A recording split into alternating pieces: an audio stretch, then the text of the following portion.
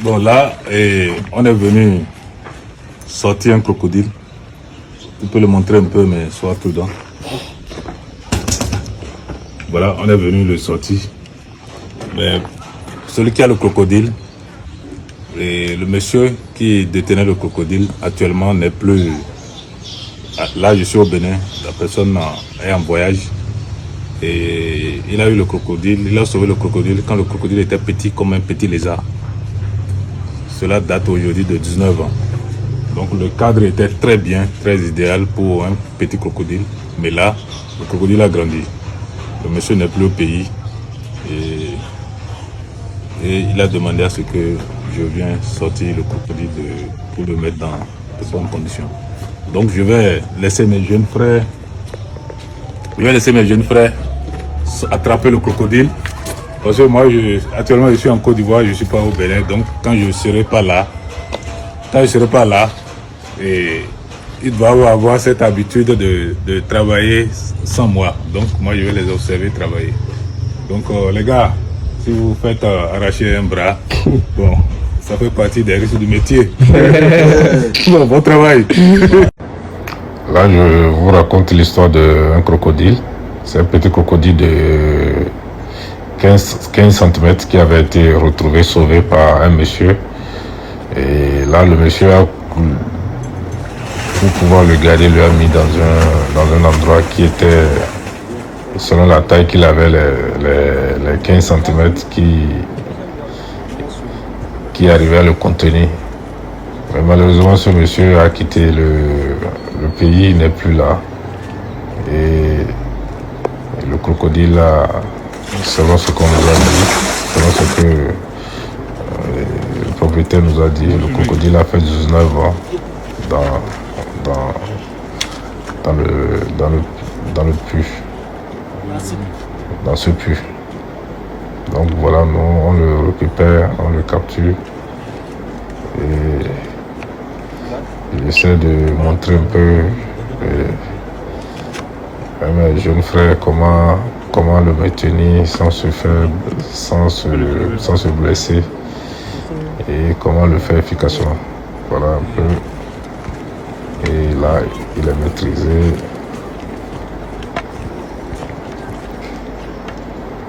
Bon, l'opération était tellement urgente que on a utilisé les moyens du bord.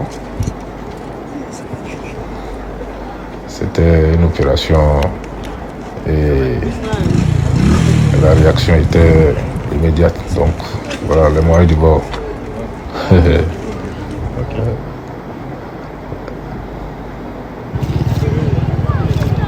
Voilà, on essaie d'enlever toute la boue, tout ce qui était sur son corps, de le mettre au propre. Bon, en toute sécurité, on laisse les enfants participer. Parce que tout ça, ça leur permet d'avoir une bonne image et de la préservation des animaux et du bien-être des animaux. Parce que les enfants d'aujourd'hui sont la génération future. Voilà un peu le crocodile là où on l'a mis. Vous pouvez voir que c'est pas encore le paradis, mais c'est mieux. Il a un arbre, il y a du soleil pour lui. S'il veut aller à l'ombre, s'il veut aller dans l'eau, bon, il a son petit coin quand même, qui est différent de là où il était. Donc merci à tous. Voilà, un serpent a été retrouvé. Là, c'est un python. Et on vient juste de m'appeler.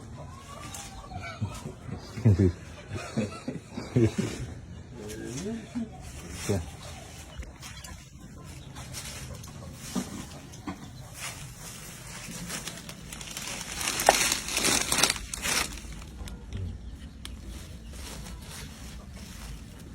Ah, il a même mieux ici. Hein.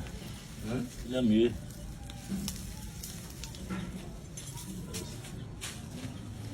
Il y a un autre. Non, bon, je ne sais pas encore. Je vois les œufs ici.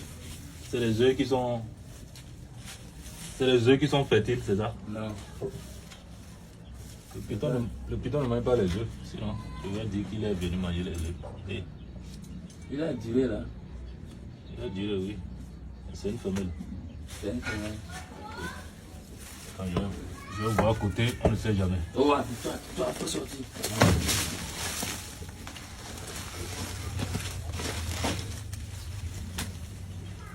Il n'y a plus rien. Voilà, les serpents sont logés dans un magasin d'une maison.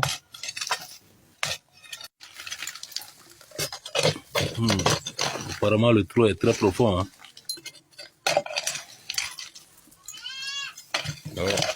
Alors, voici, les serpents sont proches.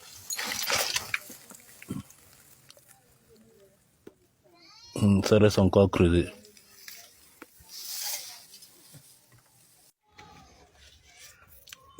Et voilà.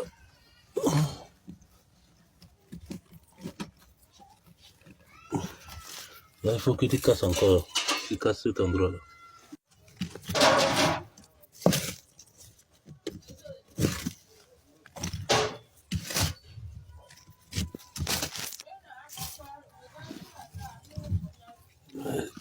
Ah ouais. Putain. C'est des pitons.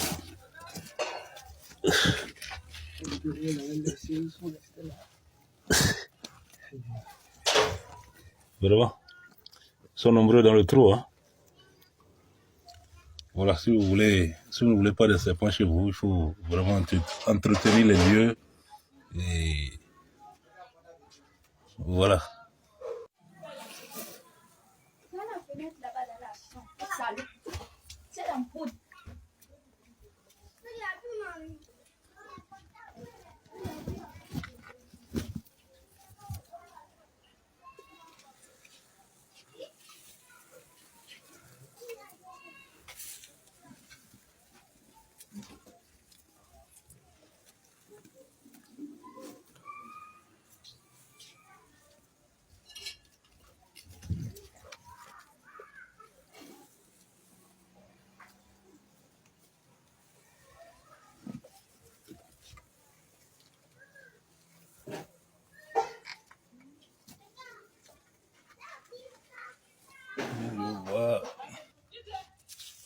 Je pense que les serpents sont finis déjà dans le trou.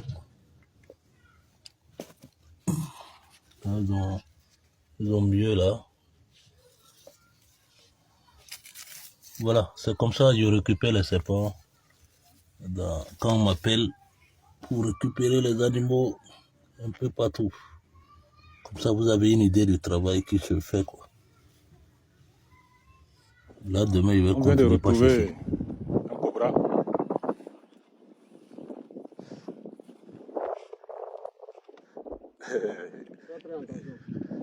On vient de retrouver un cobra. Et là, vu qu'il y a des maisons en construction autour, un peu partout, on va le récupérer. Sinon, il se fera tuer. Là, nous sommes dans les bas-fonds ici. Mais malheureusement, il y a des constructions un peu partout.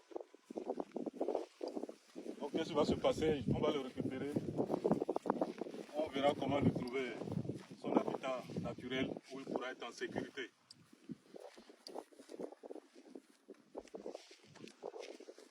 Notez bien que c'est les images à ne pas reproduire parce que ça peut être dangereux.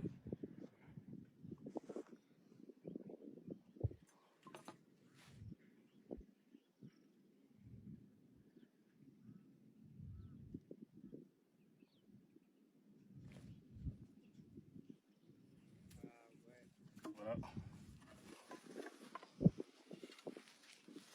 Il a été attrapé.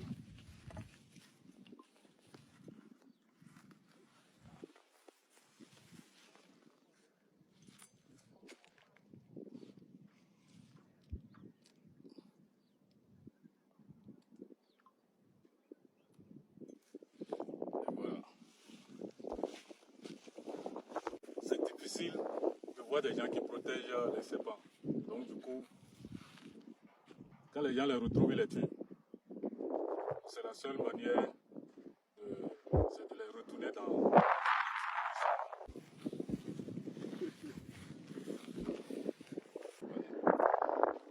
La fois passée, moi-même, j'ai tué un ici. Ils sont en bas ici, là, c'est un peu rouge. Il disait que la dernière fois qu'il a tué un cobra chez lui. Chez lui, c'est juste à côté. Oui, c'est juste à côté, là. Donc le cobra vient prendre des poussins. Oui. Donc, il disait que le cobra, il est rouge. Celui qui est rouge, c'est un Voilà. cobra. Le cobra c'est un cobra qui crache. quand tu le vois, il faut garder une distance avec lui. C'est différent de celui que je garde. Mais par contre, il ne faut pas tuer, il faut m'appeler. Ok, j'ai compris. Merci. Bonjour les amis. Bon, je fais cette vidéo et pour répondre un peu à ceux qui me disent souvent qu'ils ont peur d'aller dans la nature à cause des serpents. Donc si vous êtes dans une zone où il y a des serpents, surtout des serpents venimeux, il y a des règles qu'il faut suivre pour pouvoir bien profiter de la nature. Si vous voulez faire des randonnées par exemple dans la nature, il y a des règles à suivre. J'entends souvent les gens dire qu'ils sont à l'aise de marcher pieds nus dans la nature. C'est bien de marcher pieds nus, mais dans une nature sauvage, c'est pas bien de marcher pieds nus. Déjà, il y a des épines, à part déjà des serpents, il y a des épines qui peuvent vraiment vous blesser et vous créer des infections. Donc déjà, règle numéro 1, une bonne chaussure. Une bonne chaussure, parce que si vous avez une bonne chaussure,